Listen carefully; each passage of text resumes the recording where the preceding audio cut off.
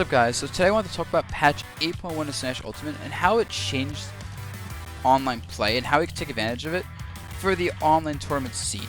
So first I got to talk about exactly what happened. So in 8.1, Sakura tweeted out that they buffed the netcode for Ultimate a little bit, but specifically for online play with 1v1s only. No spectators, no one else in like arenas, Elite Smash only, right?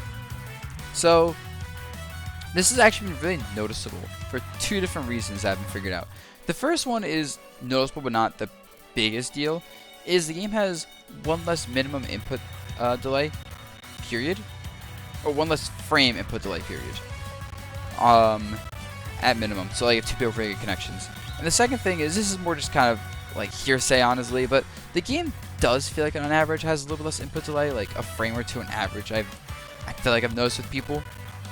But while that's really nice, because you know every frame matters at high level in fighting games or really any game, it is not the biggest deal. The bigger deal is how the game sends and receives packets. So in 8.1, when you're doing these 1v1 matches, the game now sends packets at a rate of 60 Hz a second, I believe, which, from my understanding, and I could be wrong, if I'm wrong, please let me know in the comments below, but this is what I've heard and read and yada yada yada, is that the game now sends and receives packets from each switch once every frame, which is amazing.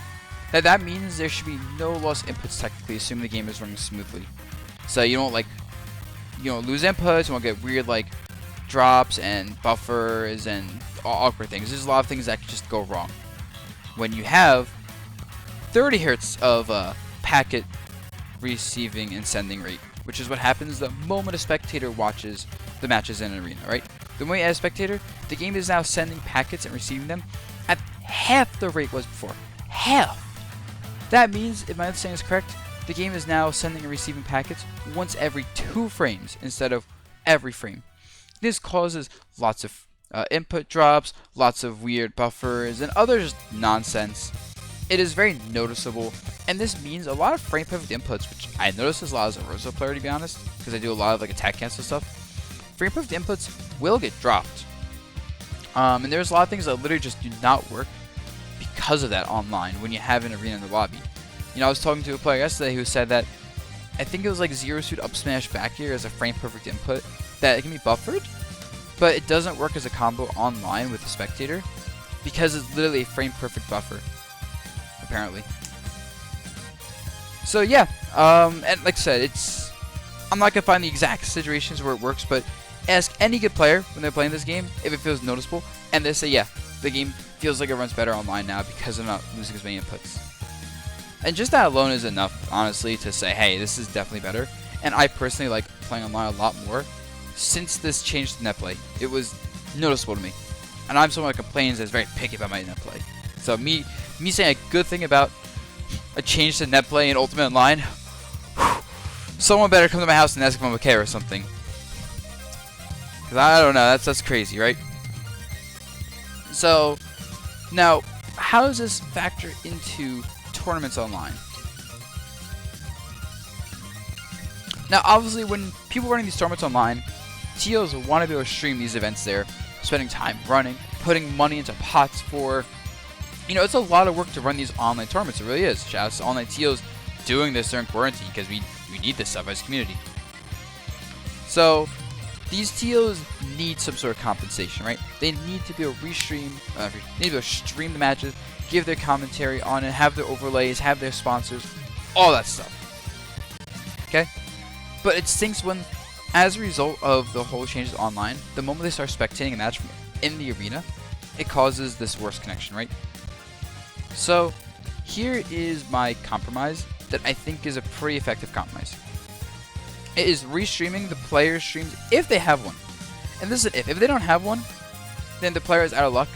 Sucks for them, but this, you know, a lot of these players doing these online events are getting farther in bracket, like top 8, where the matches are almost all being streamed. You know, a lot of these players are actually streaming on their own streams anyway. So this is more of a compromise, particularly towards, you know, the higher level matches. This isn't really like meant to like affect pools or much, although, you know, a player in pools has a stream.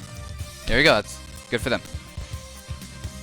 But now if you're on the tier, you can say to yourself, well, Dabuz, I see you have sponsors, because you're Team Liquid. I see you have a webcam. I see you have your sub going, all this stuff, and I just don't want your overlay on my stream. And Dabuz, I don't want to hear your commentary when I'm trying to use your stream to watch matches. I want my commentary. Once again, reasonable. Completely a reasonable concern. So, this is the compromise. From my perspective, that would work. And that would be, I can turn off my overlay and my mic pretty easily in 2 clicks. I'll show you right now. 2 clicks, I can turn off my overlay and my mic. So now my overlay is gone. You know, I could just have this. I could just have this. And now my mic's gonna be gone.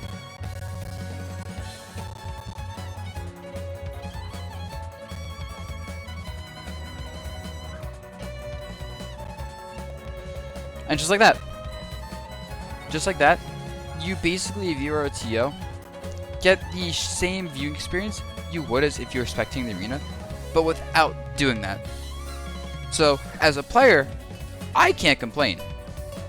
Like, as a player, I get the perfect experience I want. I can't complain at all. It doesn't take long to set up a display capture on a stream and crop it correctly to, like, make sure you can, like, not have any issues with that. But yeah, so now I can't complain at all about, like, input delay and stuff caused by Spectator because they're not there. And the streamer can't complain about my stream getting in the way of anything. Now, obviously, there might be some issues with quality control. Like, if someone's stream is very grainy and hard to watch, then you can't use that. But that's, like, something you have to figure out as a TO. What is usable versus what is not. You know, set some sort of standards. But I think it's a fair compromise. The TOs for these online events really don't lose much, if anything at all. Now, as a player, I do lose a little bit by not being able to have people, you know, hear my commentary and see my reactions, which people like seeing. But it's a compromise I'm willing to take, because I think it's fair for both sides. So, just something I'm throwing out there that should be used for the future and the reasons why for these online events to make these as good as possible. You know, make these as good as possible for the players, which in turn will make these events better for the spectators. So, it's a win-win for everyone. And if there's any other ideas in the comments, you know, below, feel free to throw them at me. But I think this is the best one I can think of with the least hassle. And yeah, that's all I have to say for this video. I really hope online events at least are willing to try this out. I know I'm going to be trying to ask TOs in the future if they can just do this instead when I'm on stream. And if they say they won't, like, I'm still doing their events, so I have to kind of listen to them because it's not fair to screw them over. But yeah, hopefully this just ends up being reasonable for everyone involved. And with that said, guys, peace out and have fun playing Smash Ultimate Online more for the next 1,000 years.